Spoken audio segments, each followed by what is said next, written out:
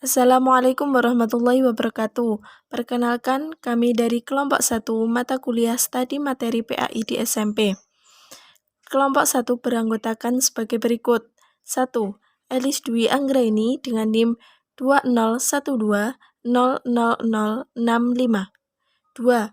Fadeli Ehsan Hanafi dengan NIM 201200066 dan Ahmad Muhsin Jamil dengan NIM 201180010. Di sini kami akan mempresentasikan makalah kami yang berjudul Pendalaman Materi Akhlak di SMP. Bismillahirrahmanirrahim. Di sini saya akan menjelaskan tentang berperilaku jujur. Apa sih yang dimaksud dengan jujur itu? Jujur adalah kesesuaian sikap antara perkataan dan perbuatan yang sebenarnya. Dan apa yang telah diucapkan memang itulah yang sesungguhnya, dan apa yang telah diperbuat itulah yang sebenarnya. Lalu, apa saja macam-macam kejujuran itu? Macam-macam kejujuran itu antara lain: 1. Jujur dalam ucapan. Wajib bagi setiap manusia untuk menjaga lisannya untuk tidak berkata kecuali benar dan jujur. Kedua, jujur dalam tekad dan memenuhi janji manusia, karena menepati janji itu adalah suatu kewajiban. Janji merupakan sebuah hutang wajib dibayar. Ketiga, jujur dalam perbuatan seimbang antara lahiriah dan batiniah. Kemudian yang keempat yaitu jujur dalam kedudukan. Agama ini adalah kedudukan yang paling tinggi, sebagaimana jujur dalam rasa takut, pengharapan, dalam rasa cinta, dan tawakal. Apa saja yang dapat kita ambil dari berperilaku jujur? Yaitu 1. Mendapatkan kepercayaan dari orang lain. 2. Mendapatkan banyak teman.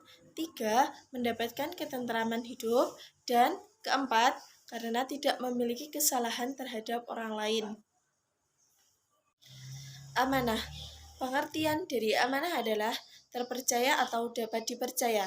Amanah juga berarti pesan yang dititipkan dapat disampaikan kepada orang yang berhak. Amanah yang wajib ditunaikan oleh setiap orang adalah hak-hak Allah Subhanahu wa Ta'ala, seperti sholat, zakat, puasa, dan berbuat baik kepada sesama. Apa saja perilaku amanah dalam kehidupan sehari-hari? 1. Menjaga titipan dan membalikan ke tempat yang semula.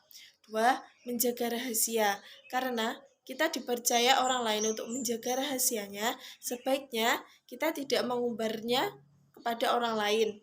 Yang ketiga, tidak menyalahgunakan jabatan. Dan yang keempat, memelihara semua nikmat yang telah Allah berikan kepada kita. Apa saja sih macam-macam amanah? Macam-macam amanah antara lain: 1. Amanah terhadap Allah. Kemudian yang kedua, amanah terhadap sesama manusia. Dan yang ketiga, amanah terhadap diri sendiri. Assalamualaikum warahmatullahi wabarakatuh. Saya Fadeli Ehsan Hanafi, rekan sekelompok, kawan sekelompok dari kelompok 1, akan melanjutkan pemaparan materi dari kelompok kami, ya kan. Di sini saya akan memaparkan istiqomah. Istiqomah sendiri berarti kukuh atau tidak pantang menyerah dalam suatu hal kebaikan. Nah, istiqomah sendiri bisa disebut kedudukan yang mulia, di mana kelanjutan kontinu dalam berbuat kebaikan langgeng. Nabi SAW, baginda Rasul sendiri pernah bersabda kepada umatnya, pada kita semua, di hadis yang masyhur, di mana al istiqomatu khairun minal karomah. Istiqomah di situ kan lebih mulia kedudukannya daripada karomah, yang berarti juga karomah sendiri kan kemuliaan yang diturunkan Tuhan kepada wali-wali kekasih-kasihnya di dunia, dan istiqomah di situ malah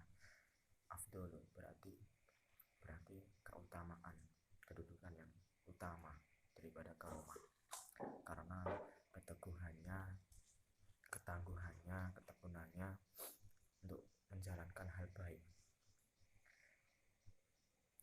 Dan di sini setiap manusia sebenarnya bisa memiliki kedudukan istiqomah itu atau derajat istiqomah ini. Nah, karena mengapa kok di realita yang ditemui istiqomah jarang sekali. Manusia diciptakan, tidak hanya manusia kosongan yang diciptakan, kita semua ini dibebani atau diberikan musuh yang menempel kepada kita, yaitu nafsu. Nah, musuh manusia biasanya mestilah hawa malas, karena ya kita susah untuk diajak ketekun, keistiqomahan, ketelatenan itu susah pada manusia. Dan ini perlu diterapkan atau digembleng, dipaksakan kepada usia remaja, khususnya pelajar lah.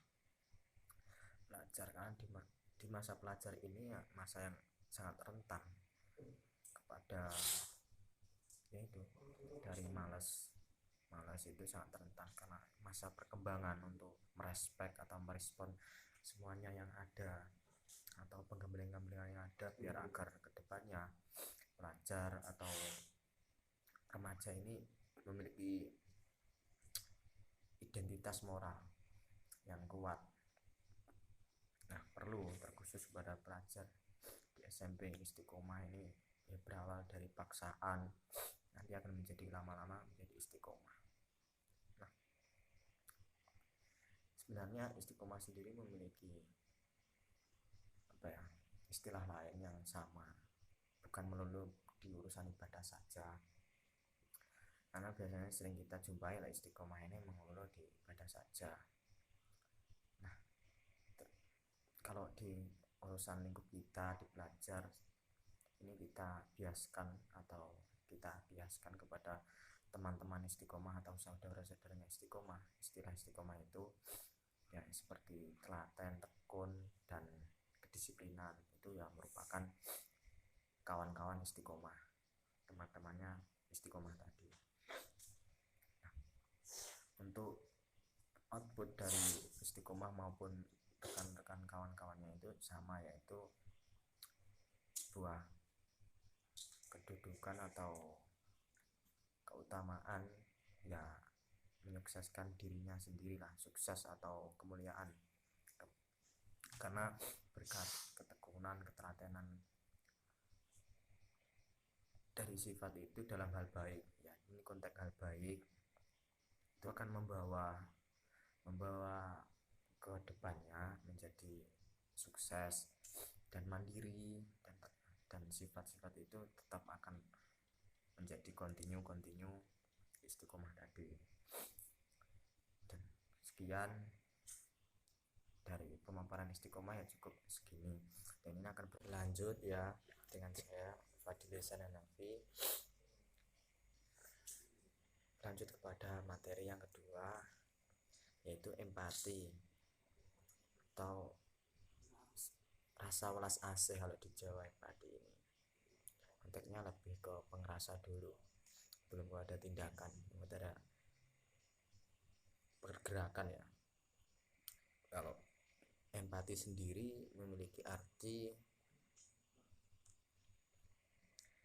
menyadari diri sendiri atas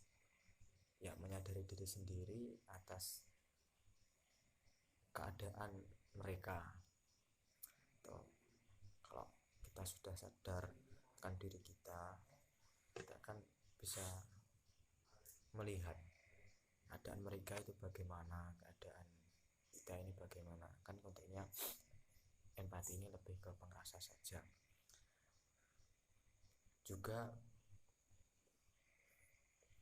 berlanjut untuk empati ini ya kan. Empati ini merupakan gerbang awal dimana nanti output atau inputnya adalah kita menolong orang atau membangun apa ya, merekonstruksi diri kita dulu, membangun diri kita sendiri dulu, baru menolong orang. Karena kita ialah manusia yang diciptakan makhluk sosial, lahir meskipun kita tidak ada pakaian, tidak ada baju, dan kita sangat makhluk lemah. Nah, apakah kalau kita sudah dewasa akan merasa berdiri sendiri? Kan ya tidak. Perlunya menjalin kedekatan, menjalin emosional. Ya, empati ini merupakan gerbang awal di sini, dimana nanti akan output atau inputnya kita sebagai makhluk sosial sering menemukan romantisme hubungan, ya chemistry hubungan dari antar manusia, setiap manusia begitu. Dan di ajaran Islam sendiri, di agama kita sendiri, kita kan diperintah untuk pertama kan hablum minallah, hablum minan nas, dan hablum minal alam, ya kan. Ketiga itu, setelah kita beribadah kepada Allah atau berhubungan kepada Allah, jangan kita lupakan bahwasanya kita manusia itu juga mempunyai beban lain. Ketika kita diturunkan di bumi menjadi khalifah, katanya khalifah fil art, ya kan, kita juga dibebani lain dalam konteks ini, yaitu hablum minan nas. Bagaimana menjalin kedekatan emosional, hubungan antara sesama manusia itu terjalin, tidak adanya perpecahan atau gimana begitu ya, yang konteksnya ya luas tuh. Kalau perusahaan dari manusia ke manusia itu luas bahasanya. Nah, itu empati sendiri merupakan gerbang agar setiap manusia, setiap individu, setiap manusia itu memiliki jiwa kemanusiaannya untuk mereka atau untuk sesama manusianya, atau lebih luasnya yaitu selain dari manusia juga berkontak ke alam, karena kita juga manusia kan, diciptakan di alam, juga harus menghormati atau merawat alam. Nah, cukup sekian kalau pemaparan materi dari saya mengenai empati ini. Ada kurang lebihnya bisa dicari sendiri karena saya keterbatasan pengetahuan. Kita semua belajar bersama. Terima kasih. Salam sejahtera, salam bahagia untuk kita semua. Bismillahirrahmanirrahim. Assalamualaikum warahmatullahi wabarakatuh. Perkenalkan, nama saya Ahmad Muhsin Jamil dari kelas PIB. Di sini saya akan melanjutkan presentasi dari teman-teman. Materi yang saya bawakan adalah tentang menghormati kedua orang tua dan menghargai guru. Baiklah, yang pertama adalah menghormati kedua orang tua itu sangat ditekankan dalam Islam. Banyak ayat Al-Quran yang menyatakan bahwa setiap mukmin mesti berbuat baik dan menghormati kedua orang tua. Selain menyeru untuk beribadah kepada Allah semata, tidak menyentuhkannya dengan siapapun. Al-Quran juga menegaskan kepada kaum beriman untuk menunjukkan rasa syukur kepada Allah untuk menghormati keduanya, sebagaimana firman Allah yang tercantum dalam surat Luqman ayat 14 yang berbunyi, Bismillahirrahmanirrahim. Wawasainal insana biwalidayhi hamalathu ummuhu wahnan ala wahnin fafisaluh fi amaini an nishkur li wa liwalidayka ilayyal masir. Shadaqallahul azim. Yang artinya, dan kami perintahkan kepada manusia agar berbuat baik kepada kedua orang tuanya. Ibunya telah mengandungnya dalam keadaan lemah yang bertambah-tambah dan menyapikahnya selama 2 tahun, dan bersyukur kepadaku dan kedua orang tuamu, hanya kepada aku kembalimu. Surat Luqman ayat 14. Hormati kedua orang tua dapat diwujudkan dengan cara berikut. Ketika orang tua masih hidup, cara yang dapat kita lakukan untuk berbakti ataupun menghormati kepada orang tua adalah, yang pertama, memperlakukannya keduanya dengan sopan dan hormat, membantu pekerjaannya, mengikuti nasihatnya apabila nasihat itu baik, dan mengikuti apa yang dinasihatkan kepada orang tua. Dan apabila ketika orang tua itu sudah tiada, untuk cara kita berbakti kepada mereka yang pertama adalah senantiasa mendoakannya untuk mendapatkan ampunan Allah Subhanahu wa taala. Yang kedua, melakukan atau melaksanakan wasiatnya. Yang ketiga, selalu menjalankan silaturahmi yang seperti pernah dilakukan kedua orang tua. Menghormati kedua orang tua, yang pertama, kebaikan akan selalu ada untuk kita. Yang kedua, selalu dimudahkan melaksanakan hal-hal baik. Dan yang ketiga, Allah Subhanahu wa taala akan selalu sayang kepada kita. Selain menghormati kedua orang tua, kita juga harus menghargai guru. Karena guru adalah orang yang sangat berjasa dalam hidup kita. Guru adalah orang yang selalu dengan sabar menemani kita, orang yang selalu setia mengajarkan kita. Di saat kita tidak tahu apa-apa, menjadi mengerti tentang sesuatu. Seperti yang tercantum dalam surat Al-Mujadalah ayat 11 yang berbunyi, Bismillahirrahmanirrahim. Ya ayyuhalladzina amanu idza qila lakum tafassahu fil mujalisi fafsahu yafsahil akhu lakum wa idza qila shuzu fahshuzu yarfa'illahu alladzina amanu minkum walladzina utul ilma darajat wallahu bima ta'maluna khabir. Yang artinya, niscaya Allah akan mengangkat derajat orang-orang yang beriman di antaramu dan orang-orang yang diberi ilmu beberapa derajat. Adab kepada guru. Ada beberapa adab kepada guru. Yang pertama adalah mengucapkan salam apabila bertemu, dan yang kedua, memperhatikan apabila beliau sedang berbicara atau mengajar ketika di depan kelas. Yang ketiga, rendah hati, sopan dan menghargai. Yang keempat, melaksanakan nasihatnya. Dan yang kelima, melaksanakan tugas belajar dengan ikhlas. Baiklah, apabila dari kelompok kami banyak kekeliruan atau salahnya, kami mohon maaf. Assalamualaikum warahmatullahi wabarakatuh.